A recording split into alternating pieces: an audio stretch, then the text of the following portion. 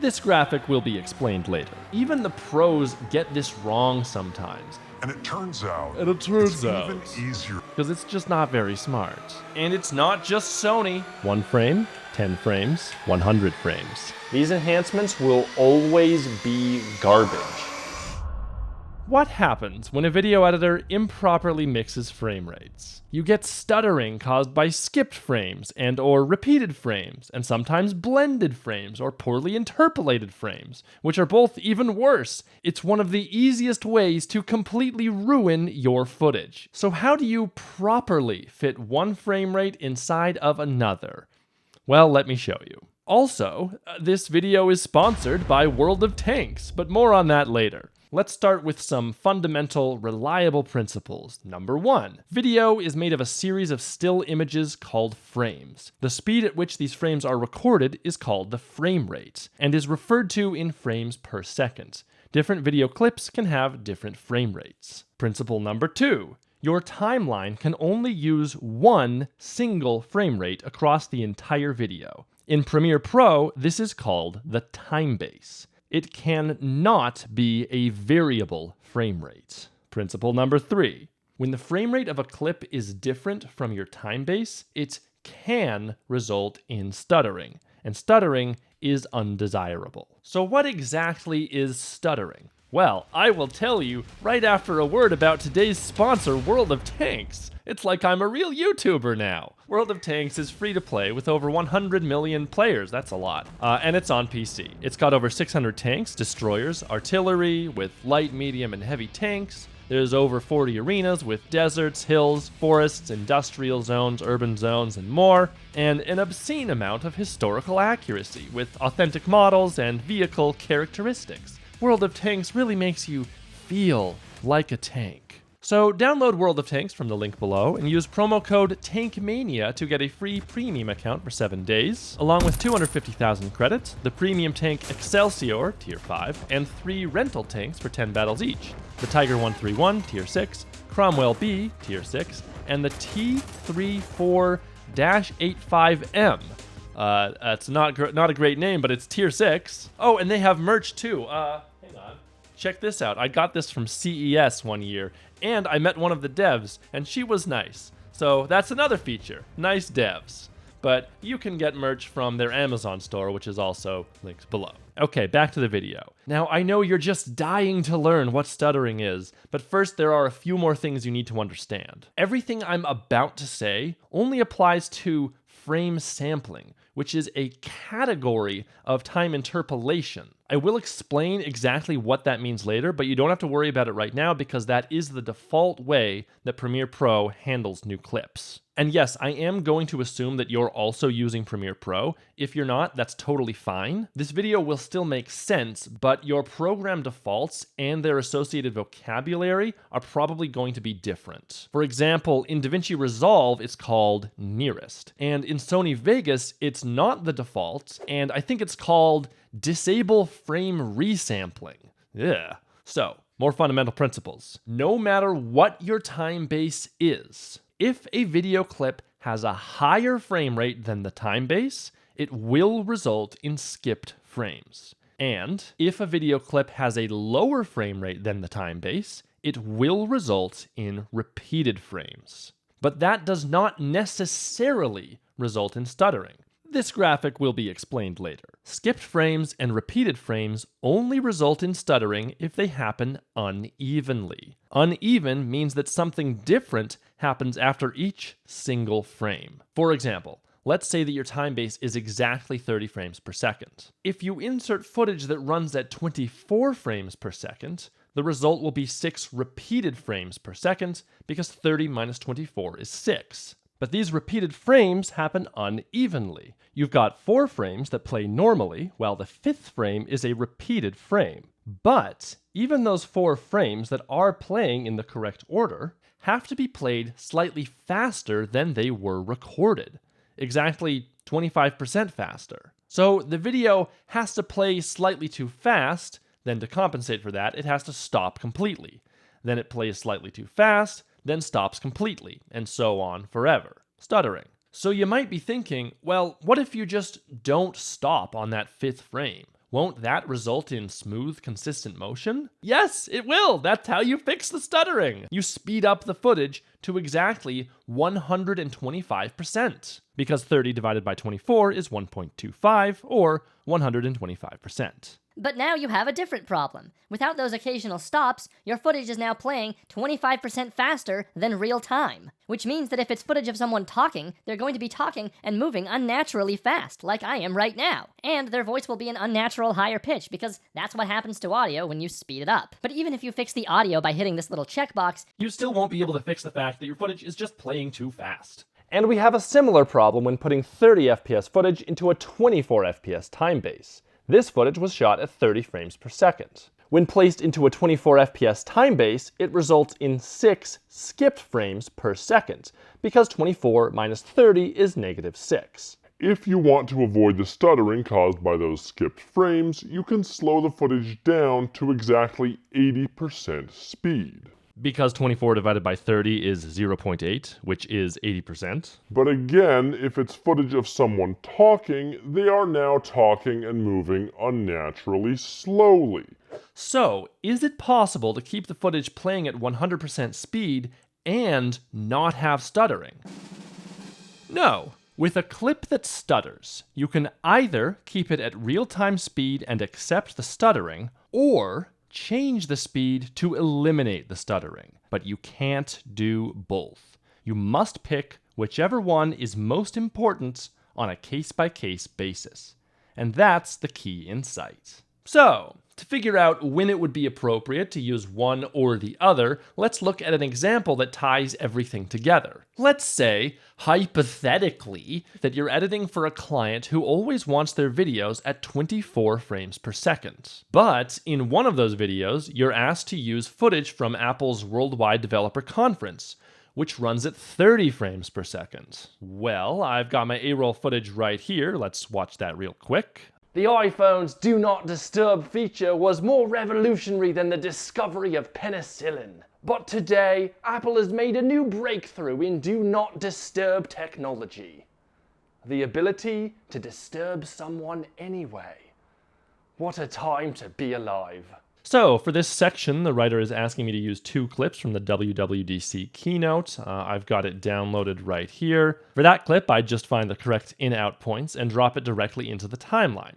Because it's a clip of someone talking, it needs to be playing in real time in order to make sense. So I'll leave the speed at 100%, and I'll leave it on the default frame sampling time interpolation. The second clip I've been asked to use is an animation, and here's where it gets clever. With this clip, there's much more overall motion across the whole frame, and you can't see any people talking or moving around, so it'll look better if I slow it down so that there are no skipped frames. Now, what I could do is choose the in-out points and just bring it down to the timeline and go to Control-R, bringing up the clip speed duration panel, and slow it down to 80%. Frame sampling, yes. Say OK. And this will now play smoothly.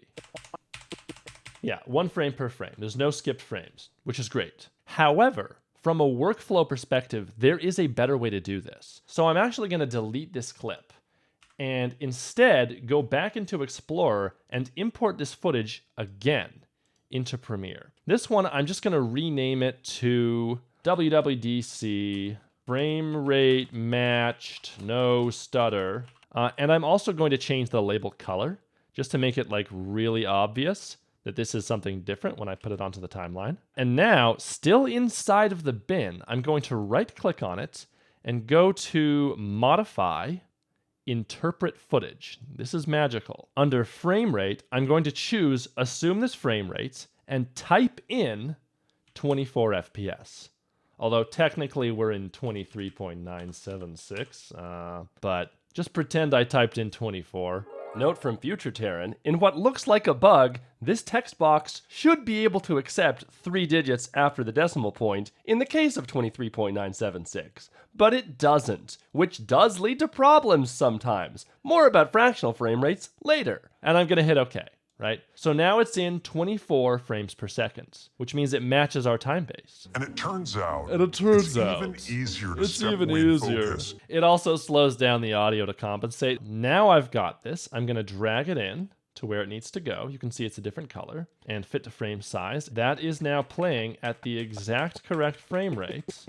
And here's the kicker. Here's why you want to do it this way. Notice how this clip is too large for where I've been told to put it. What I can do now is whenever I go into the clip speed/duration panel, it says it's playing at 100% speed, even though we know that under the hood, it's actually playing at 80% speed. So if I need to speed this up to 200%, I need to make it twice as fast, I don't have to do the math to figure out that I actually want 160% speed. No. You do everything from 100. So I just hit 200 and then ta-da, it fills up pretty much the whole thing. Oh, I'm a little bit short. I actually would prefer to cut this here, move that over there. I think the host paused a little too long. Also, this part of the animation lasts a little too long, so you can cut it up now. But the point is that you're always working with the correct frame rate from the get-go. We got it. There it is. Here's the final video. The iPhone's Do Not Disturb feature was more revolutionary than the discovery of penicillin. If now really isn't a good time, you can use Do Not Disturb to silence all notifications. But today, Apple has made a new breakthrough in Do Not Disturb technology. The ability to disturb someone anyway. What a time to be alive. Ta-da! No stuttering. Okay, last thing here. Perhaps you noticed that on my interpreted clip, the timecode is wrong. I had to go to 2227 to get this little animation, whereas on the original, it's actually over at 1757. So what's up with that? I don't entirely understand it, but I do know how to fix it. So you right-click on the clip in the bin, go to Modify Timecode. Remember, this is the one that we've already interpreted. And even though you're using a different frame rate, you need to go back to using the old time code, which in this case is 29.97. So we're going to go down here and go to 29.97, and then you got to choose between drop and non-drop frame, which I just hate. Maybe it's actually the non-drop frame. Paste that in, yeah. So it's non-drop frame. There you go. You got to use the old time code, even though you have a new frame rate. Don't ask me why, I don't know. So anyway, that's how you fit 30 FPS into 24, and when and why to do it one way versus the other. I know it's more work to do it this way, but to me, it is worth it. And once you know what the problem is and how to fix it, it only takes a little bit more time to implement the solution. Even the pros get this wrong sometimes. Even in Apple's own video, I noticed some parts with stuttering caused by a frame rate mismatch. So if you actually wanted to use this part of the video in your own video, you'd have to go in and manually remove them. It's actually not too hard. You just do it like this. You get a single frame of a matte or something. You spread it out according to the appropriate spacing, move it down onto the layer so that it removes those duplicated frames, delete the mattes, close the gaps, and then put that whole thing inside of a nested sequence. And then you change the frame rate of that nested sequence so that it matches your time base and plays smoothly. I have done this sort of thing before. Future Terran here. The stuttering in that clip, it turns out, does not happen uniformly. It does not happen on every fifth frame, as you might expect. I don't know what's going on with that clip. I suspect it's just a screen recording from a computer that was running kind of slowly, but I had to, unfortunately, go back and do this manually, one frame at a time, which is really tedious, and frankly, for most projects, it's just not worth it. But here we are, and I did it, and here's the result. It is now perfectly smooth, so there you go. Now, as an editor, sometimes you're given footage that was already ruined by another editor, and then you have to get more creative in fixing it. If you've been given a clip that has already been rendered with skipped frames, it's just not possible to recover those frames unless you can track down the original footage, which would be ideal. Actually, I take that back. It would technically be possible to recover those skipped frames if you use AI interpolation on every single gap one at a time, but this is so tedious, I've literally never done it. Oh, and sometimes the only footage you've got is something that has repeated frames and skipped frames, the worst of both worlds. This is what happens when somebody films something at 30 frames per second, re-renders it into a 24 FPS timeline, and then re-renders that into a 30 FPS timeline again. It's terrible. So, if you can't find the original footage, sometimes the fastest and easiest thing to do is to just redo the whole thing yourself. This is just a Google Earth zoom in, so it's quite easy to recreate it. I have done that sort of thing a lot. Anyway, putting 24 FPS into 30 or 30 into 24 is the most common and most annoying type of frame rate mixing that you'll typically have to do as a video editor. A really easy problem is to fit 30 FPS into 60 or 60 FPS into 30, because you don't have to do anything, you just plop it right in. When you put 30 FPS footage into a 60 FPS time base, you get repeated frames, but they happen evenly. Every frame will be shown twice, with no stutter, because it's the same thing happening after every frame. 24 FPS plays out as 3 frames, 2 frames, 3 frames, 2 frames, and so on, which actually looks kind of okay, depending on what the footage is. And 25 and 50 are not great. Oh, and here's the full visualization for what happens when you put other frame rates inside of a 30 FPS time base. You can see that 24 FPS results in 6 repeated frames per second, while 25 FPS results in 5 repeated frames per second. 50 FPS is a total crapshoot with very unevenly skipped frames, but 60 FPS is perfectly smooth. Again, because it's the same thing happening after each frame. Every other frame is skipped. And here's the full visualization for a 24 FPS time base. All the other frame rates result in stuttering, but 25 FPS is just 1 skipped frame per second. It's not really that big of a deal. Yeah. And 50 FPS really only has 2 unevenly skipped frames per second, which is also not that big of a deal. 30 FPS is definitely the worst, and 60 can look okay depending upon what the footage is. With a lot of this stuff, sometimes you just have to try it and see if it looks good. Now, there are other frame rates aside from the ones that I've shown you here. I think the Hobbit movies were filmed at 48 frames per second, which doesn't even appear in Premiere. Now, if you're not sure if you'll get stuttering or smooth motion, there's a very simple calculation you can do. Take your numbers for your time base and for the frame rate of your footage. Start with the larger of the two numbers and divide it by the smaller number. If the result does not have any numbers after the decimal point, congratulations, there won't be any stuttering. You're working with whole frames, so you should be working with whole numbers. Now, this rule works perfectly with the exception of fractional frame rates, which are just stupid and annoying. So in those cases, just use their nearest counterparts and do the math from there. I will talk about fractional frame rates at the end of the video, okay? Anyway, one cool trick I've used before when given 60 FPS gameplay footage and 30 FPS A-roll is to just change my entire time base to 60 FPS. That way, even if most of the video is at 30 frames per second, it's actually at 60 the entire time, and it's just showing each frame twice. Then, when it's time to show the gameplay footage, kapow! It's playing at a beautiful, buttery smooth 60 frames per second. Cut back to the A-roll, and we're back to 30 FPS. However, it's a little more complicated than that. So in Premiere, every single clip you put on the timeline automatically comes with the motion effect, which you can use not only to put your clip anywhere within the frame, but also you can use keyframes to animate the position, rotation, scale, and so on.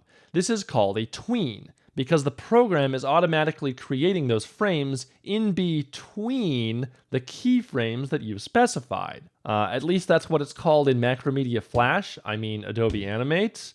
I don't know what it's called in Premiere, I couldn't find a real name, so I'm just going to call it a tween. Not to be confused with tweenager. The problem with this is that if you use a 60 FPS time base, your tweens will also happen at 60 frames per second, even if the thing you're tweening is playing at 30 frames per second. The same thing happens with all the transitions that you might use. They will always use the frame rate of your time base. Also, if you've increased the speed of a clip, it will use up to 60 frames per second when it's in a 60 FPS time base. Stuff is always trying to use as many frames as possible, basically. Now, maybe, depending on the project, you actually want it to work this way. That's fine. But just in case you want your tweens, transitions, speed changes, and everything else to match the frame rate of the footage that they appear on top of, here's how to do it. Nesting. Just nest that whole section. Then make sure that the sequence settings of that nest are in fact 30 frames per second, or whatever frame rate the primary footage is using. Ta-da! And that's what I've done for this entire video. The primary timeline, which is at 60 frames per second, has a bunch of nested sequences inside of it, just to make sure that each section is playing at the appropriate frame rate. Now, you may have realized at this point that the 24 frames per second sections can't actually be playing at a true even 24 frames per second because it's a 60 FPS timeline. 24 does not fit into 60. When you divide them, you get 2.5. So it's actually 3 frames, 2 frames that get repeated. So not true 24 FPS, but that's the best I could do. Sue me. Now, if you're in control of the entire video production process rather than just being the editor, you could choose to film the A-roll at 60 frames per second, like I am right now. But honestly, I feel like if your content is usually filmed at a lower frame rate, like 24 or 30, that you should keep it that way all the time for the sake of consistency. Then it's more of a pleasant surprise when the frame rate suddenly improves for that gameplay footage or whatever else. Also, if you're going to make a video that heavily features footage that runs at 24 frames per second, then you should just film at 24 frames per second. So then you don't have to do any matching. Corridor Crew did not do this for their reaction to the Arcane TV show. They filmed and edited at 30 FPS while Arcane is at 24. That resulted in stuttering anytime footage from Arcane is shown, which is especially noticeable during panning or dollying moves like this one. I would have edited this at 24 FPS, because I feel like avoiding stutter for the Arcane footage is more important than avoiding stutter for the hosts. By the way, to see the frame rate of a YouTube video, you can right-click, go to Stats for Nerds, and the info is right here. Similarly, if you're making a video that heavily features 30 FPS footage, like from WWDC, then you should also shoot and edit your own video at 30 frames per second. So, choose the most appropriate frame rate before you even start filming whenever you can.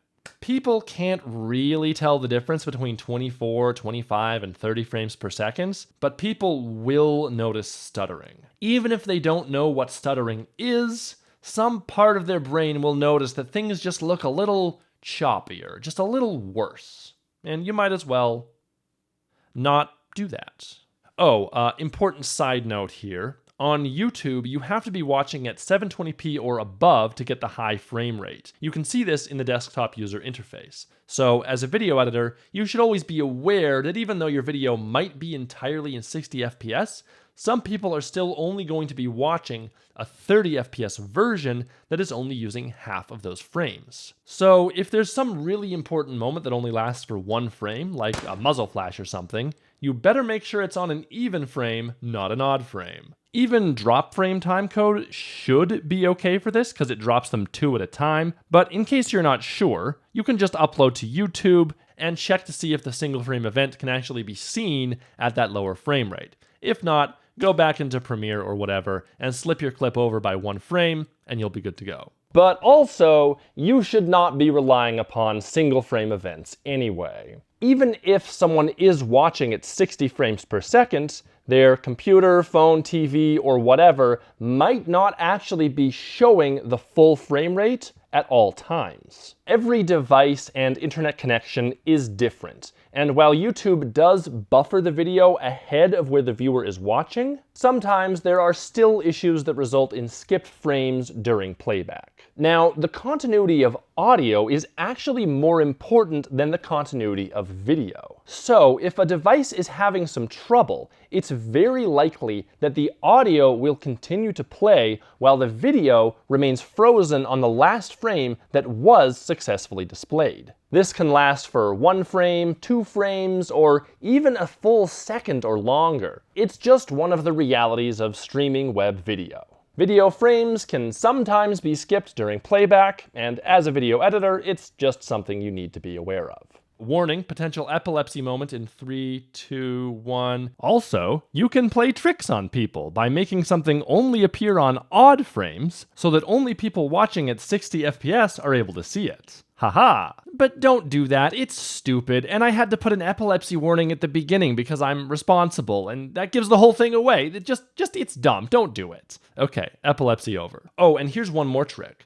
Sometimes at Linus Media Group, even though our A-roll is almost always filmed at 30 frames per second, we would film our B-roll at 60 frames per second, with the intention of slowing it down to 50% during editing. That way, the camera motion is smoother and better looking than if you just tried to pan half as quickly at 30 FPS. This is a great trick, but keep your shutter speed in mind. Usually you want your shutter speed to be half the frame rate, so that would be 1/120 if you're shooting 60 FPS, which might be too noisy if you have to crank up the ISO to compensate. So you gotta be sure to have enough light in your studio if you ever wanna pull off this trick. Alternatively, you could just shoot at a shutter speed of 1/60 at 60 FPS, but then you might have too much motion blur. If none of that made any sense, don't worry about it. Okay, last thing before we move on to frame blending. Remember fundamental principle number 2, that you can't use a variable frame rate? Well, it's a bit more complicated than that. You can't change the time base, but you can choose how many of those frames you actually want to utilize. That means you can choose to have a lower visible frame rate. 2D animators change the visible frame rate all the time. For example, if you're animating a show at 24 frames per second, the background only needs to be drawn once and can last for the entire scene. But the characters need to be redrawn on every single frame. Or do they? Well, that's called drawing on ones, because each drawing only lasts for one frame. But that's a lot of work. So instead, animators will usually make a new drawing only once every 2 frames. So that's just 12 drawn frames per second. It's half as much work, and even though the resulting motion is technically choppier, it honestly looks just fine. This is called drawing on 2s, and even animated feature films are done this way. And the animators can still choose to draw on 1s when there's particularly fast motion that would otherwise look too choppy when drawn on 2s. But what you might not know is that 2D animators also sometimes draw on 3s, 4s, 5s, and so on, and can even use these different visible frame rates for different parts of the same character. Here's another video from Adam Phillips. Each of the Prowleys is dynamically drawn on 1s, 2s, 3s, or whatever best fits in the moment. When watched at full speed, you don't even notice. And check this one out. Bitey is being animated on 2s, but the background is going so fast it needs to be animated on 1s. And therefore, Adam has chosen to animate the shadows on Bitey also on 1s. Amazing! This is just really cool, so I wanted to share. Most video editors don't really need to know about these techniques, unless you're editing for an animated series, in which case you really need to know about this. By the way, if you want to watch a YouTube video frame by frame, it's pretty easy. On desktop, when the video is paused, you can use the comma and period keys to go backwards or forwards 1 frame at a time. Very useful. And you would know this if you've watched my 4-hour-long video editing tutorial. Link in the description, I guess. It's important to mention at this point that although frame sampling is categorized under time interpolation in Premiere, that it's not actually interpolation. It's not interpolating anything. In other words, it's not inventing new frames. Frame sampling is actually the lack of interpolation, and often that's exactly what you want. Hey, remember when I said that everything I'm about to say only applies to frame sampling? Well, we are finally done with that section, and it only took 30 minutes. So buckle up, because now we're going to talk about time interpolation, and we're going to start with frame blending. Let's say that you've got a video clip that runs at 30 frames per second, and you slow it down to 50% speed. With frame blending, Premiere is inventing new frames between the existing original frames. And it does this by using a type of dissolve. The resulting new frames are called interpolated frames. Let's examine how this works frame by frame. On our example clip, which is now at 50% speed, the first frame uses 100% of the first original frame, so nothing changes. The next frame is an interpolated frame, and it uses a sort of built-in cross-dissolve, which contains 50% of the first original frame and 50% of the second original frame. The third frame is just the second original frame, and the fourth frame is a 50% dissolve of the second and third original frames. And this pattern repeats forever. By the way, when I say dissolve, I am not talking about the totally different kind of dissolve used in Photoshop and other applications, which works by keeping both images completely opaque and then slowly and randomly removing entire pixels. No, I'm talking about this, not that. So anyway, what about frame blending at 25% speed? Well, it's the same principle, except that instead of adding a blend of 50% of the next frame, it's adding a blend of 25% of the next frame for each new frame. By the way, when you're using frame blending and you're just scrubbing through on the timeline by moving the playhead around, or when you're just playing, it does not show you those blended frames. It's when you pause, as you can see, then it'll actually show you the blended frames as they are supposed to be seen. And it's just like, I don't know, like a memory saving thing. They take a little longer to render. So the way to get around that is to select into out points, go to sequence, render into out, and now I can scrub through or play, and the blended frames will always be there because it's properly rendered. So, for our first real-world example, I've got a Lego train crashing into a bunch of minifigures. Now, I already shot this at 120 frames per second, and I used the assume this frame rate trick to slow it down to 30 FPS. But I want it to go even slower, and I'm going to try 25% speed with frame blending. Let's compare it to a version that uses frame sampling, which merely repeats every frame 4 times. Frame blending allows the shot to look smoother, but at the expense of some clarity. Zooming in and pausing, you can easily see the blended frames. You can see 2 frames at once. This is called ghosting. In this case, I don't think it looks very good. Lego has hard edges, and this shot was done with a very fast shutter speed, so there's basically no motion blurring to hide what's going on. But in our next example, I've got 30 FPS footage of pouring cranberry juice into a glass. I slowed it down to 25% using frame blending, compared to frame sampling on the left, and it looks pretty damn good. Even when you pause, you can't really see the blended frames because there's plenty of motion blur, and it's a liquid that changes shape every moment. So frame blending works really well to slow down shots like this. But sometimes it only makes things look worse, like in our next example. So, I'm going to take some 24 FPS footage and place it into a 30 FPS timeline. Then, while leaving the speed at 100%, I'm going to change its time interpolation to frame blending. And it looks bad.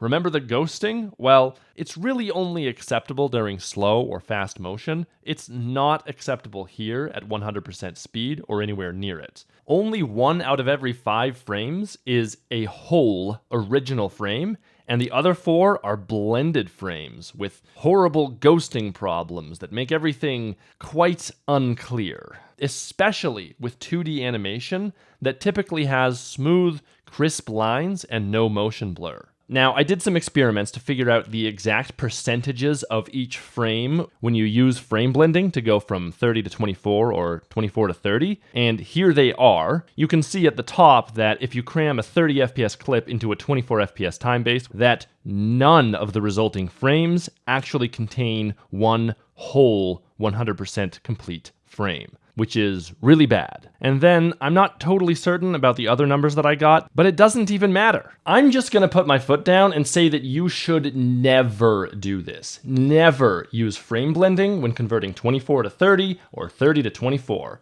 The same goes for 25 FPS. Just use frame sampling instead. This sort of ghosting is one of the hallmarks of an amateur editor, and you see it all the time on YouTube when someone has re-uploaded a clip from some TV show, and they probably used Sony Vegas, which uses frame blending as the default, and so the whole thing just has blended frames everywhere. And if you want your footage to look amateur, then sure, use frame blending to convert 24 to 30 or 30 to 24. I'm not joking either. Sometimes you really do want your footage to look amateur. For example, the intro to Better Call Saul was made to look as though it was made by amateur filmmakers. And while I have not noticed any frame blending, there are plenty of other amateur mistakes. The whole thing is very charming. So, when is it actually appropriate to use frame blending? Well, time for fundamental principle number 7. Frame blending looks best with fast motion or slow motion. I already showed you slow motion, so let's see what it looks like for fast motion. Now, this is a trick that I did not know about for many, many years. Basically, if you've been given a video that is supposed to be used as a time-lapse, and sped up to some insane speed, like 10,000%, then it can look really good to use frame blending instead of the default frame sampling. What this does is blend multiple frames together. For example, with a clip playing at 500% speed and using frame blending, each final frame will be a blend of 5 frames at once. And at 1000% speed, each frame is a blend of 10 frames at once. What this does, basically, is to simulate motion blur.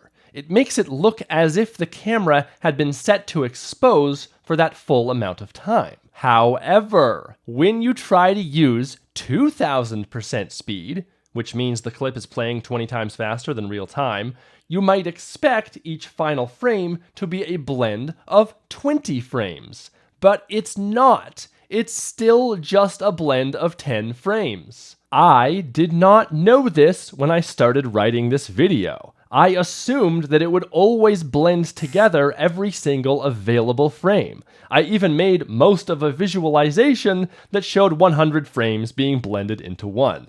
But it's not true. It turns out that 10 frames is the maximum. Here's my little experiment where I confirmed it. This object makes a full circle every 100 frames, and no matter how much I sped it up in Premiere, it never showed more than 10 blended frames at once. I'm sure Adobe probably did it this way to keep render times low. Now, if you want to get around the 10 frame limit, and in my case I want to speed this up to 10,000% speed with frame blending, you can probably do it through a series of nested sequences. So instead of 10,000, I'm going to do 1,000, which is just cramming 10 frames into each frame. I don't know if this is going to work, by the way. Well, I'm going to do it live. And take this and speed that sucker up to 1000% speed with frame blending. But I'm going to have to render this out. Oh, check this out. 1 frame, 10 frames, 100 frames. Like, we can go to any moment. 1, 10, 100. 1, 10, 100. Ha ha ha ha ha! It works! Here they are side by side. We've got single frame sampling, then 10 blended frames, and then 100 blended frames. And you know what? Seeing them like this, I actually prefer the 10 blended frames version. But I'm really glad I did this experiment. Now I have one more tool in my tool belt, and so do you. Now, just setting up a camera and hitting record at 30 frames per second is not really the right way to film a time-lapse. Ideally, the shooter would use their camera's time-lapse mode, which would take pictures that are exposed slowly, over a full second or even longer. But in case the camera operator didn't do that, well, now you know how to use frame blending to at least simulate it. The disadvantage is that rendering this can take quite a while, because Premiere has to use up to 10 times as many frames to render it. Compare that to frame sampling, where it just uses a few of the original frames and skips everything in between, which is a lot faster. For this shot, frame sampling took 4 seconds to render, frame blending took 55 seconds to render, and my special double frame blending, using 100 frames per final frame, took 3 minutes to render, which is not as bad as I expected. Here's another thing. Notice how the final Lego construction is only seen for a split second before it vanishes because I turned the camera off as soon as it was done? Yeah, you can only see it for like 3 frames. That is not enough time. But hey, no problem. We can just use a different speed for this little section here at the end. I'll find a frame where the set is almost finished and make a cut. I also like to add a marker onto the footage because what I'm about to do can sometimes slip the footage a little bit, and I want to make sure I start on the same frame. So, then I select the part I just cut off, hit Ctrl-R to get to the speed/duration panel, and then I'll change the speed to something slower. Instead of 10,000%, let's do 1,000%. Great. And then what's this? Am I waving to the camera? It looks weird. Let's just cut that part off. Okay, that's a pretty good time lapse, but we can still make it better. Notice how the motion of my hands in the frame blended time lapse is still so fast that you can't really see exactly what's going on?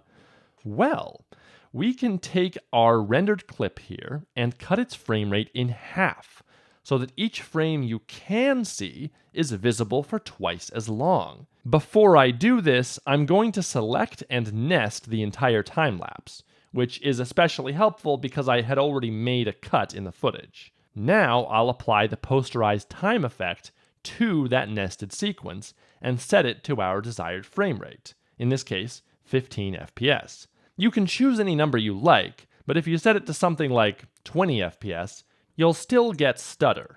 It's just using frame sampling interpolation under the hood. There's no magic here. Anyway, see the difference? The clip on the right is playing at 15 FPS. And honestly, I think it looks better for this kind of ultra-fast motion. Your eyes and brain have more time to process each frame, because they're visible for twice as long. But what really sells it for me is that this looks a lot like stop motion, which has become a huge part of the aesthetic of Lego. But maybe you prefer the 30 FPS version, or the 100 blended frames version, or maybe that, but at 15 frames per second. There are a lot of really good options here, and at this point, it's down to your own personal taste. In fact, maybe I should recant my prior statement. Maybe just hitting record at 30 FPS is a good way to film some time lapses, since it allows so many more options during editing. It's just going to cost you in storage space and render time. Oh, also, one extra editing trick here. The Posterize Time effect is very poorly optimized in Premiere. It should not take so long to render since it's just doing frame sampling, but it does. So, a faster way to achieve this effect would be to first get rid of the Posterize Time effect on this nest, and then go into that nest and change the sequence settings to 15 FPS. It's 3 times faster to render, even though it's the exact same result. Adobe should really fix the Posterize Time effect. It's way faster in After Effects. Regardless, it's still a really useful effect sometimes, so make sure you experiment with it so you can add it to your arsenal. And that's everything I can think of to tell you about frame blending. But you know what looks even smoother for slow motion sometimes? Optical Flow. Optical Flow is the third and final category of time interpolation available in Premiere Pro. Instead of merely blending frames together, it tries to draw entirely new frames. Sometimes it looks really good, and sometimes it looks really bad. To understand how this works, let's say I've got a video clip with my hand in this position on frame 1, and it's in this slightly different position on frame 2. If you were to use frame blending to interpolate lots of extra frames between those 2 original frames, it would look like this. My hand slowly disappears, while another hand slowly appears. That's pretty lame. But what if we had some sort of advanced algorithm that could move my hand from its position in frame 1 to its new position in frame 2? Well, that's exactly what Optical Flow tries to do. And the result is perfect. If you look really closely, you can see some very minor artifacting, but this is really good. Unfortunately, this is the absolute best case scenario, because the background is mostly just one simple color, and the hand looks almost exactly the same in both the original frames. If the differences are too great, like with this frame and this frame, well, take a look. Ah!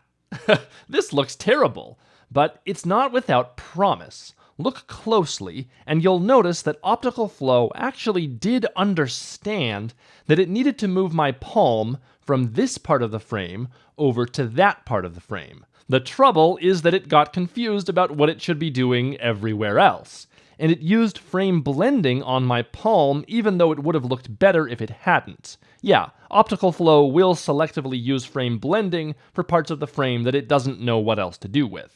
In my experience, the very best use of Optical Flow is to slow down panning shots. If you don't know, a pan is when the camera operator rotates the camera on a tripod horizontally like this. Because everything is moving at the same speed in the same direction, it's quite easy for an interpolation algorithm to just take that data and move it over until it lines up with the next original frame. So let's compare frame blending when used on a pan to Optical Flow used on the same pan. Optical Flow looks much better than frame blending, which is just kinda blurry and ghosty, but it can look even better than that. I'm gonna slow the footage down even more and give it even fewer original frames to work with. I've gotta put an epilepsy warning here, so watch out for that in 3, 2, 1. Here's the result. This is really good. Optical Flow performs so well. If you look at the top with frame sampling, those are the only frames that it's working with. And the result of blending those frames together is so bad that I was worried about epilepsy. But Optical Flow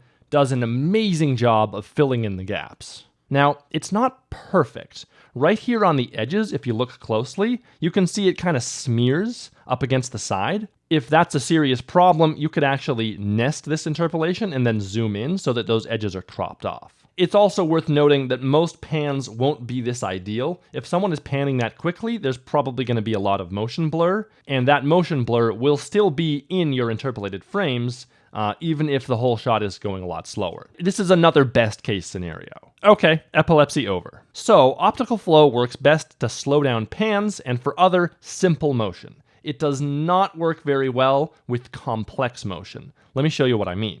Here we have that train crash footage again. Remember, this was shot at 120 FPS and slowed down to 30 FPS. But now we're going to slow that down to 25% using Optical Flow, meaning that every 3 out of 4 frames are going to be interpolated.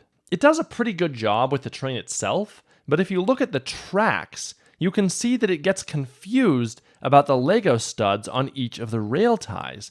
It's moving them along with the train as it passes over. When the Lego people get hit, you can see Optical Flow trying to morph parts of the frame into places where they clearly don't belong. The more motion there has been between the original frames, the more confused Optical Flow becomes. Also, when the Lego people get hit and go flying, they bring part of the background along with them.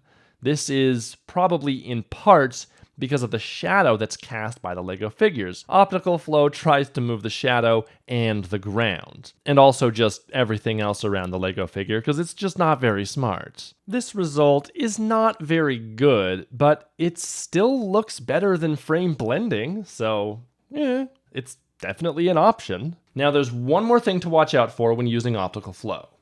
Only use it on individual clips. Do not use it on a fully edited video. You see, when you download an edited video from YouTube or wherever else, there will be cuts in the video as we go from shot to shot.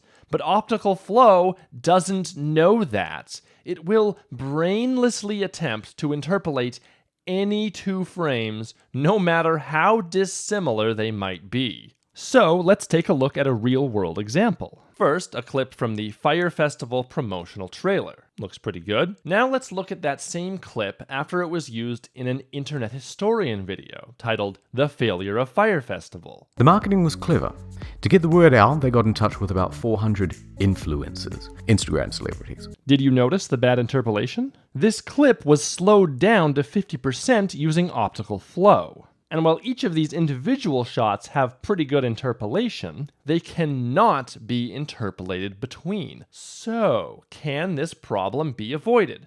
Absolutely. The Fire Festival clip actually runs at 24 frames per second, so first I'm going to put it inside of its own nested sequence at 24 FPS. Inside that sequence, I'll right-click on the clip and choose Scene Edit Detection. I'll go with the default settings and hit Analyze. What this does is cut a fully edited video into individual clips. In this case, it is slower than if I just did this manually, but for longer video clips, this feature is a godsend. I'm also going to add a red marker for where those cuts are and a few green markers around it, just so I can easily keep track of where all the original frames are. I'm only doing this for your benefit. I usually don't make so many markers in this way, although putting a marker on each cut can be very helpful. So now we have our clip cut into 3 smaller sections. I'm going to select them all and open the clip speed/duration panel. I'll choose 50% speed and check on the option to ripple edit with shifting trailing clips. And I'll choose Optical Flow as the time interpolation. Let's take a look at the results. Again, each shot on its own looks pretty good, but coming up to these cut points here, you can see all this crap comes in from the edge. Not sure what that is. And then this next one looks terrible. And now we're back to normal. Same thing on this next edit point. Kind of weird stuff going on the edges. Horrible interpolated frame, and then back to normal. So I've got 2 bad frames that I need to take care of here, right? So this little section right here, and this little section right here. So there's a couple ways you can deal with this. The simplest and lamest way to deal with it would be to just make a frame hold on 1 frame prior, and that way it'll play like that. Really lame, because now you just have 3 frozen frames in the middle of nowhere. A better thing to do is going to be, is this a real... yeah, that is a real frame, but it's ruined by the interpolation. Okay, so what we can do is make a cut and select this section. Now there's 2 cuts around the 2 frames. Go back to 100% speed and go back to frame sampling. And now, yes, I have recovered this frame essentially. There's no more crap interpolation all over it. And now the next frame is from the next scene, and then the frame after that should be the same frame, yes. And now it will continue. All right. All that ends up happening is there's 1 repeated frame. That's not so bad. So now we go to the next one and do the same thing. Let's take this thing, bring it back to 100% speed. I know this is tedious. Frame sampling. Okay. Extend it back out. Next scene.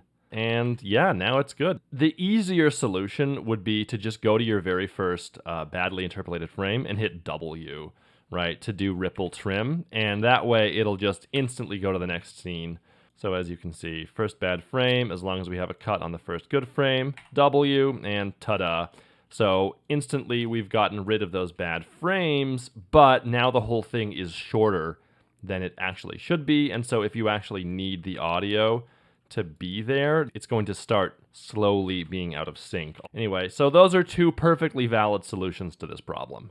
Oh, and the other example of bad interpolation across cuts that I was able to find is from this video, boosting stop motion to 60 FPS using AI, from Lego Eddie. Now, I've been using a lot of examples of what not to do that come from other people, and you should know that I'm not doing this out of any sort of disrespect. On the contrary, I like these videos. I've just found that it's really valuable to show real-world examples, be they positive or negative, when I'm explaining something. My own contrived examples are never as good as the real thing. But wait, there's more interpolation ahead. Let's talk about AI, or artificial intelligence interpolation. This is not currently available in Premiere, but there's lots of other applications that have it. For this demonstration, I'm going to be using an online editor called Runway. I'm going to upload some of my train crash footage, and I'm going to slow it down to 10% and use their AI Smooth Slow-Mo. And I'll use Premiere's Optical Flow for comparison. Keep in mind the Runway footage is at a low resolution because I didn't want to have to pay to export 4K. So what we're looking at is the motion, not the resolution. So Runway's AI does a better job with the rail ties. You can see most of them don't get pushed along with the train. But then it doesn't do as good of a job with pushing the Lego figures here. You see, White Shirt Guy just pops from one place into another, whereas Optical Flow actually moved him properly. And then, I don't know, honestly with this, I'd probably choose Optical Flow, but the AI stuff is getting better every day at a rate much faster than Optical Flow has improved, so in the future I think it's going to be a lot better. Here's the thing about AI interpolation. It's only as good as the data you give it. Not only can AI be used to interpolate between frames, but it can also be used to upscale an existing frame with impressive results. With AI upscaling and interpolation, the more you give it, the more you're going to get back. So you can't just give it like a 480i signal at 20 frames a second and expect it to blow it up to 4K at 200 frames a second. It won't look good, okay? Don't be fooled by marketing that tries to tell you that their interpolated frames are somehow better than the ground truth. They're not. Ground truth, by the way, is what you would have gotten if you just filmed it that way in the first place. This might as well be another fundamental principle. Number 8, interpolated frames do not look as good as the original frames they are based on. Now, I know that I said that some of the interpolation I showed you before was perfect, but that's the exception, not the rule. And even those had some flaws if you looked closer. In general, this is the right attitude to have towards interpolation. Use this philosophy, and in general, your videos will look better. So, could AI be used to convert 24 FPS into smooth, non-stuttery 30 or vice versa? Well, it is theoretically possible. In fact, Twixtor could do this like 12 years ago. But the example footage they showed was pretty simple. And I have a confession. I've never actually used Twixtor, so I have no idea if this actually works well or not. If you've used Twixtor or some other fancy interpolation method to convert 20 to 30 or 30 to 24, please leave a comment with your experiences. There are plenty of other interpolation algorithms. After Effects has Time Warp, and there's other stuff like Rife, Dane, and Kane. I keep up on stuff like this by watching 2-minute papers, which you should definitely subscribe to if you're interested. I got way more excited about this camera's ability to shoot 240 frames per second than I ever have been about any fancy new interpolation method. Because, again, interpolated frames do not look as good as real, original frames. That's why, when I mix frame rates or speed up and slow down footage, I always try to keep as many original frames as possible and rely on interpolated frames as little as possible. So let's talk about just how fast and slow should we go? When you're changing the speed of a clip, you're allowed to enter any number you want in this box. But some numbers perform better than others. And here they all are. Ideally, the number you type in should be the result of multiplying or dividing 100 by a positive integer. An integer is just a number with nothing after its decimal point. And this concept applies no matter what interpolation method you're using. These numbers are guaranteed to maximize the number of original frames that get shown while completely avoiding stutter. Why? Well, because you're working with whole frames, you should also be working with whole numbers, integers. With a number like 20%, 1 out of every 5 frames is an original frame, with the rest of them being interpolated. And with 16.66% repeating, 1 out of every 6 frames is an original frame, with the rest being interpolated, and so on for all the other numbers listed here. But if you were to do something else like 17%, you would only get an original frame once every 100 frames, with 99 other frames being interpolated. Remember, interpolated frames don't look as good. So, stick to these percentages if you can, keeping in mind that the further away you are from 100%, the less important it actually becomes. Like, technically there would be stuttering at 1001% speed, which would mean like you're just 1 frame off from where you're supposed to be, but nobody could possibly notice that. And with the really slow speeds, well, it just turns into a slideshow. So stutter is less of a problem the further away you go from 100%, basically. It's easy to remember these when you're speeding up a clip, because all you need to do is remember to use 2 zeros at the end. The slower percentages, like 14.29, are much harder to remember, but it's fine, you don't need to. All you need to do is type in 100 / and then some whole number like 7. / is the divide by symbol. And Premiere will do the math for you. You can check by going back to that same panel, and it'll have the number right there for you. Ta-da! However, we still have a problem. You may have noticed that there's quite a gap just above and just below 100%. Sometimes doubling or halving the speed of a clip is just too much. Sometimes you're going to need to use 150% or 70% or 250%. Well, you can, and I certainly have. Just be aware that those speeds will result in stutter. And I'm not just talking about frame sampling. Even frame blending and optical flow will look kinda weird and stuttery when used at speeds other than these ones. But like I've said before, sometimes getting the timing just right is more important than avoiding stuttering. So go right ahead and use 140% speed if you really need to. Oh, this is actually not my real wedding ring, it's just a stand-in. My real one's gonna be made of moon rock, which is really cool. Okay, we've come a long way and I've covered the real meat of the subject, but there's still a lot of important little details to go, so I'm gonna put them all here near the end of the video because I couldn't find any other place for them. First up, judder. Not to be confused with stutter. They're two different things. As you know, video is a series of still images called frames which are played rapidly and create an illusion of motion in the viewer's brain. But what if there's too much motion between those snapshots of time? In other words, what if something is moving too fast? You get judder. So, take a look at this shot. It's a really fast pan. Did you notice anything weird about it? If we pause the video, everything looks normal. There's actually no motion blur because this was shot with a very fast shutter speed. But when we play the video again, everything looks kinda blurry. But not just blurry, it looks kinda jumpy. That jumpiness is called judder. It's easiest to see on a bright object. So watch the middle of the lantern as it passes by. Did you see the jumpiness? I'm going to put my cursor on top of the lamppost. Now let's go forward by one frame. Boop! The lamppost has jumped to a completely new location. It does not overlap its old location at all. Your human eyes will always attempt to lock onto a point and follow it smoothly. But this lamppost and everything else in this scene is not moving smoothly. It's all jumping from one spot to the next too quickly. So it's actually the difference between the smooth motion of your eye and the jumpiness of the objects which creates judder. And judder is bad if you want people to be able to see things clearly. You can shoot with a slower shutter speed, which adds motion blur, which looks more natural, but that doesn't fix the problem.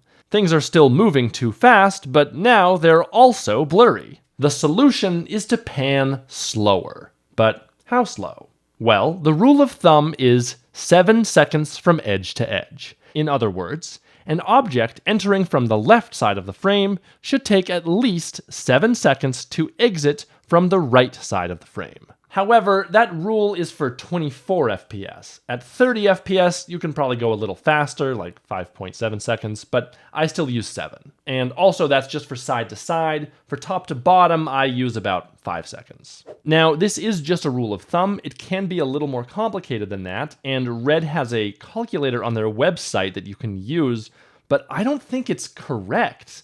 They seem to think that resolution matters, and I don't think it does at all. Like, if I've got 8K footage for a 4K timeline, I'm going to scale it down to match the frame. Same with 1080p, I'm going to scale it up. So then the distance traveled would be the same each time, and they're using the same focal length for all these calculations. And there's nowhere to insert frame size, but I don't even know if that matters. I don't think this is right, but I could definitely be wrong about that. Go fight each other in the comments over this one. I don't know. Now, that's not to say that you can't have an object moving faster than 7 seconds from edge to edge. It just means that if you do that, people won't be able to get a good look at it. Now, it is possible to have both stutter and judder. I panned across a light bulb too quickly at 24 and 30 FPS with the intention of using After Effects' Echo to show you what it looks like when you've got judder plus stutter. But then that didn't look good, so I just remade the whole thing manually to keep all the speeds consistent. And here it is. Now, this graphic is fairly self-explanatory. You just need to know that it's not to scale. The 7 seconds from side to side rule means that it's 167 frames from edge to edge, which this clearly is not if you're taking these frame edges literally. But aside from that, this is very accurate. The top 3 you already know about, so a normal pan with no stuttering, and then stuttering because of repeated frames, and then stuttering because of skipped frames. So these last 4 are the same thing, but the camera operator is panning too quickly. So you've got too fast of a pan with repeated frames, too fast of a pan with skipped frames, and then too fast of a pan with skipped and repeated frames, which is truly the worst. Next up, let's talk about speed ramping. Now, there are tons of great speed ramping tutorials on YouTube that you can watch, and this is not one of them. I just want to make you aware of the concept if you're not already. Basically, instead of just abruptly changing the speed of a clip, you can ramp and ease the speed change, which can look really cool. From a frame rate perspective, I just want you to know that you don't really have to worry about stuttering during a speed ramp, but you should still try to use a non-stuttery speed after you come out of the ramp. The second thing I want to talk about is what to do when the speed needs to ramp from below 100% to above 100%, or vice versa. Take a look at this speed ramp I did of the train. It goes from 700% speed, then down to 30, and then back up to 400. But because it's all one clip, it's using optical flow for the entire thing. And that's not good, because optical flow was built for slow motion, not fast motion. If we zoom in on that fast section, we can see some artifacts that have no business being there. But we can fix this. First, duplicate the clip so that you have a backup in case you want to change something later. Then, make a cut halfway through the speed ramp itself. You can add a cross dissolve to it if you like. Then, on the fast clip, change the time interpolation from optical flow to frame sampling or frame blending. Ta-da! No more artifacts. And now you have the best interpolation method for each part of that clip. Next up, let's talk about vector-based animation in After Effects. This is a very natural way to sit. I'm not going to explain how vectors work. If you're interested, the thing to search for is rasters versus vectors, and you'll find a bazillion videos that explain it. Long story short, it doesn't actually need to be frame-based at all. So I've got a vector-based circle here with just 2 position keyframes. One is near the left side of the screen, and the other, 1 second later, is on the right side of the screen. And the motion of the tween that connects them is completely linear. There's no easing. And no matter what I set the composition's frame rate to, this circle will always traverse that distance in exactly 1 second. And every single frame of the tween will be absolutely, perfectly, mathematically positioned. See, this animation is not actually frame-based. It's just manifesting as frames. Perhaps we could change it to, let's say, 15 FPS. Then, using Dynamic Link, we can import the composition into Premiere, into a 30 FPS timeline, and it will manifest itself as a proper 30 FPS animation. And guess what? It actually does work. So you would be forgiven for thinking that in these circumstances the frame rate doesn't actually matter, and you would be wrong. I don't know why, but it turns out that you only get those extra vector interpolated frames for the half frame distance. Beyond that, you just get repeated frames, which means you get stuttering. Overall, you should just use the exact same frame rate in Premiere as you do in After Effects. I don't think it's worth using this weird 50% frame rate exception to that rule. So if you want to change the speed of an animation, do it in After Effects, not Premiere.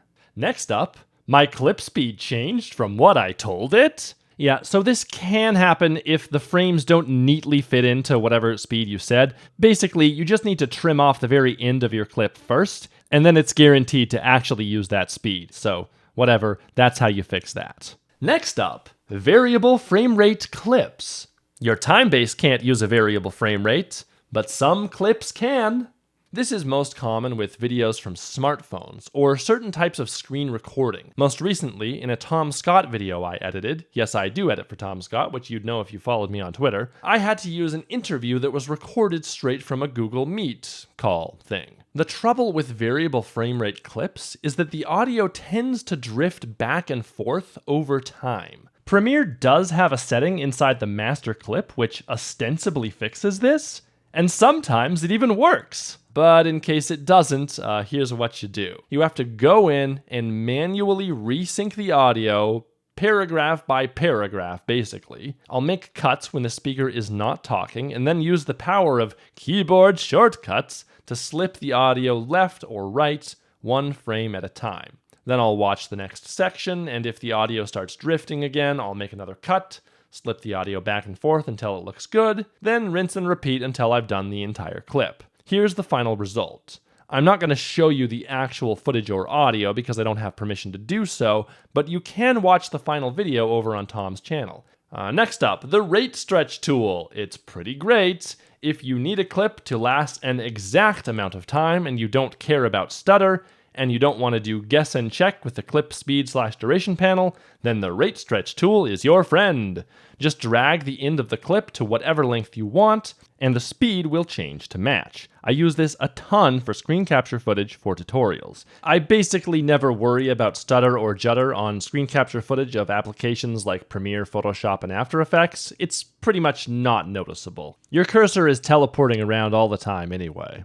Next up, the frame hold. So there's a Premiere command called add frame hold. I suggest you assign this to Control-H in the keyboard shortcuts panel, since, it's just begging to go there. And a frame hold is a freeze frame. That's all. And freeze frames can be very useful sometimes. Just be aware that Premiere doesn't know what to do when you try to keyframe the motion of a freeze-framed clip after the point where it otherwise would have ended. Yeah, that's a bug. Also, if you use a frame hold on a clip in Premiere and then replace it with an After Effects composition, it does not get retained as a time remapped hold keyframe, which it really should. That's one more feature that Adobe should add. So anyway, you'll have to go in again and do it manually, which does really suck sometimes. Also, sometimes frame holds can cause entire layers to disappear for no reason. This particularly happens with nested sequences and the new essential graphics, which are terrible in many other ways as well. Anyway, the workaround for this is to not use a frame hold, but use a super slow speed like 0.01% with frame sampling. It doesn't work forever, but it at least works. Next item on the docket, pulse width modulated lights.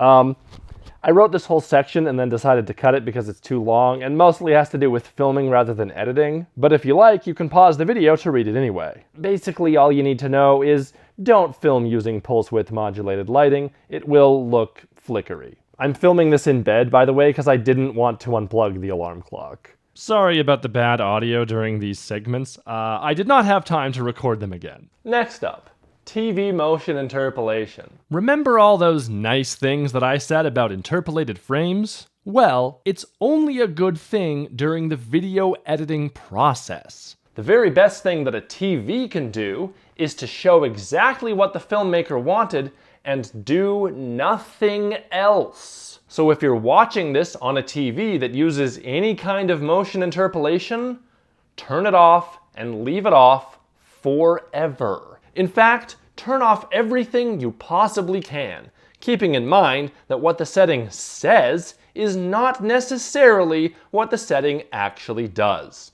Look here, I turned off everything I could and I still got this horrible effect. Turns out that for signal noise, I was supposed to be using the low setting, not the off setting. I guarantee you that from now until the end of time, no matter how good the technology gets, these enhancements will always be garbage. And that's because if the filmmaker wanted a higher contrast or edge enhancement or motion smoothing or extra frames, they would have already done it. If your TV has a filmmaker mode, then they've made it easy for you. Just turn that on and it means that all the other options should turn off. Hey, Future Terran here. My TV has a film mode, which is nothing at all like filmmaker mode. I don't know what it does, but I keep noticing weird issues when it's on, so now I just leave it off. Anyway, use filmmaker mode if you have it, unless you're playing a game, in which case use a gaming mode. Sometimes it's automatically set, like on my TV, and sometimes you have to manually set it. I don't know, all TVs are different. What that does is it just uses the lowest possible latency, which shouldn't be a problem, but it is, so that's the solution. Now, maybe you have a perfectly legitimate reason for wanting to change some of these settings. Maybe you have bad eyes and you need for it to be brighter or darker. That's fine. But you should always be starting from a clean slate. Next up, variable refresh rate. Everything I've been telling you in this video so far has been under the assumption that you and your audience has a screen that is capable of a variable refresh rate. In other words, one that can properly display 60, 50, 24, 25, and 30 FPS and so on, all with the correct frame times. If a screen does not have a variable refresh rate, and it only has a fixed refresh rate of 60 Hz, for example, then it will have to cram all other frame rates inside of 60 frames per second. So it'll be doing this thing all on its own, and creating stutter where there doesn't need to be any stutter. I found this video from Joris Hermans, who says that he's going to stop shooting and editing in 24 FPS for this reason. But in the comments of that video, many people are saying that it's not a problem for them. I have no idea what percentage of devices watching YouTube videos have a variable refresh rate or a fixed refresh rate.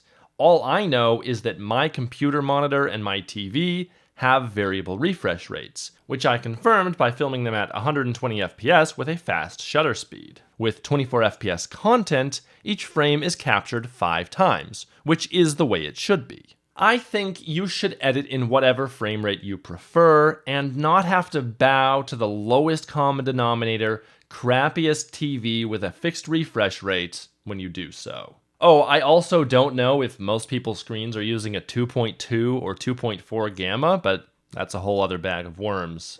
Finally, fractional frame rates. I know you're all here for this one. These are fractional frame rates: 23.976, 29.97, 59.94, and 119.88. They are all 0.1% slower than their non-fractional counterparts, 24, 30, 60, and 120. And I hate them. Fractional frame rates were created in the 1950s as a means of making color broadcast television compatible with black and white broadcast television. You can watch this great video from Stand Up Maths, which explains it in full detail, but the important thing to know is that there is no reason for this horrible standard to persist in the modern day. It should have died in the aughts, along with CRT television and its horrible interlaced video signal, which thankfully has effectively died. Okay, let's get this off my lap. But for some reason, modern video cameras still record at 29.97. I'm recording this on the Sony a7S III, a camera which is nearly perfect in every way. And yet, when you tell it to record at 30 frames per second, it is actually recording at 29.97. And there is literally no way to change this, unless you change it to PAL mode, but then you only have access to 25, 50, and 100 FPS. And it's not just Sony. It seems like every camera manufacturer refuses to let go of the past. It would be pretty easy to include the option to use a non-fractional frame rate, but I have not used any professional camera that has that. Please leave a comment if you know of one. You should also know that quite often when someone is talking about 30 frames per second or 60 frames per second, that they actually mean 29.97 or 59.94. I did it a few times in this very video. unhelpfully, is to just change my entire time base to 60 FPS.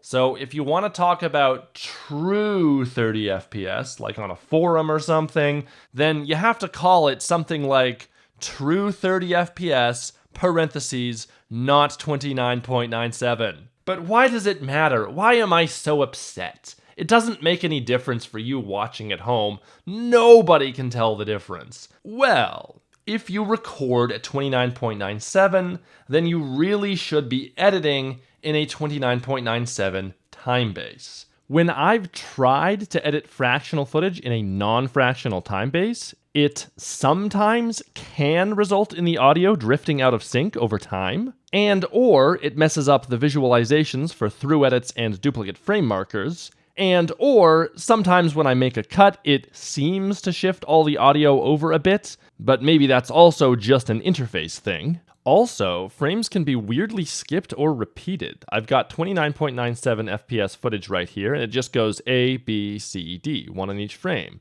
When I put it into a pure 30 FPS segment, it goes A, B, C, and there's no D. So the only way to fix it is to go back to 29.97. Look at that.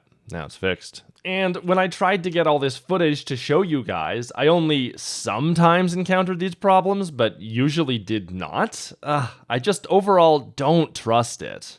But the worst thing is what happens in After Effects. I will usually create my After Effects compositions from inside of Premiere by selecting some clips, right-clicking, and choosing Replace with After Effects Composition. This is quite convenient, since the resulting composition has all the same settings for frame rate, resolution, duration, and so on. The problem is that After Effects is a program that's best utilized through scripting and math, and when the frame rate is 0.1% slower than you expect, weird things can start to happen. For example, with this pixel art animation that I created for a Tech Quickie video, I wanted the data, represented by random black and white pixels, to proceed forward at the rate of 1 pixel per frame. The entire composition would then be scaled up to 2,300% using nearest neighbor because the other options look terrible. The point being that I'm working at a very small scale where tiny differences add up quickly. This motion of the data stream would have been difficult and finicky to do with keyframes and would have given me fewer options later. So to move it, I decided to use a script instead, one that included the time constant. Now, this animation is running at 30 FPS, right? So I set the velocity to 30 pixels per second. And then I noticed that the animation slowly smeared out my image over time. The problem is that my animation was not running at 30 FPS. It was running at 29.97 FPS. This graphic was moving forward by 1.001 pixels per frame. One solution would be to change the velocity from 30 to 29.97.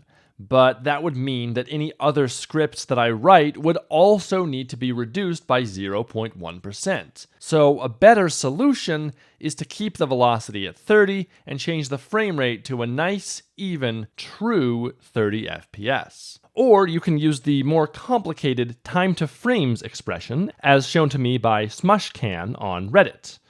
Why would someone downvote this? By the way, I've included a free link to this After Effects file so that you can dissect it if you like. And it's not just the time constant that is adversely affected by these horrible fractional frame rates. Even during the making of this very video, I found out that the echo effect is also extremely sensitive to tiny fractional changes. In fact, it seems to be able to accept a number with more digits than it actually displays in the UI. That took me 2 hours of frustration to figure out. Anyway, when given a slightly wrong number, the echoes skip and jump weirdly, like this. And I'm sure there's plenty more in After Effects that doesn't play nicely with a fractional frame rate. I begrudgingly still work at 29.97 FPS, but you better believe that as soon as camera manufacturers give me the option to shoot at true 30 FPS, that I will switch to that and never look back. And so should you, because this horrible standard should have died 20 years ago. Also, if you're using 29.97, you should almost always be using drop frame timecode, not non-drop frame timecode. Otherwise, when you try to count how many minutes something is, the number will be slightly wrong. And there's other reasons that I just don't want to get into. I don't know, watch someone else's video about it. I really hate this stuff. And if you have to put true 30 FPS footage into a 29.97 FPS time base, or vice versa, well, usually you can just put it directly in there with no ill effects. It usually works fine, and the only real consequence is a difference of 1 frame every 33.33 seconds. You could use the interpret trick to change the frame rate slightly, but I don't bother. And if there's audio involved, I would not do that. I can't say exactly why, it just feels like a bad idea. Just leave it alone. Okay, last thing, gameplay footage. Should you record at a fractional or non-fractional frame rates? I use OBS, which allows you to choose either one. And here's what I do. For short B-roll clips like this one of Sable, I usually record at true 30 or true 60. But if you're recording a video where the A-roll needs to be synchronized with gameplay footage or whatever else is going on a computer, and you need to be able to cut back and forth while staying synchronized the whole time, then yeah, you should record the computer at the exact same frame rate or double. So if the camera is recording at 29.97, which it probably is, then you should record your gameplay at 29.97 or 59.94. Maybe you're thinking, oh hey, that doesn't make sense. It should still be in sync even if the frame rate is different. Well, you're right, but in my experience, it can matter. So I just make sure that they're the same, okay? By the way, NVIDIA Shadowplay has a setting for 60 FPS, but it's not 60 FPS. That is a variable frame rate. And quite often when I would use it, it would just drift out of sync over time. So I don't even use Shadowplay anymore. Now I use OBS. It just has so many more options. Okay, that's it. That's everything I could think of to cover in regards to frame rate. I know it was a lot. It was a lot for me too. I had to refilm parts of this video many times. This video was originally just going to be about how to fit 24 FPS into 30 and 30 into 24, and then it just kept getting longer and longer, and here we are. So thank you very much for watching the whole thing. I hope you appreciate the nuances of frame rate a lot more now that you've seen this. This video was a ton of work, so please hit me with a like if you can. I know you can. I know you can. I hate having to feed the YouTube algorithm, but it's necessary. And please leave a comment, especially if I missed something important or you're confused about stuff. Okay, that's the end. Goodbye.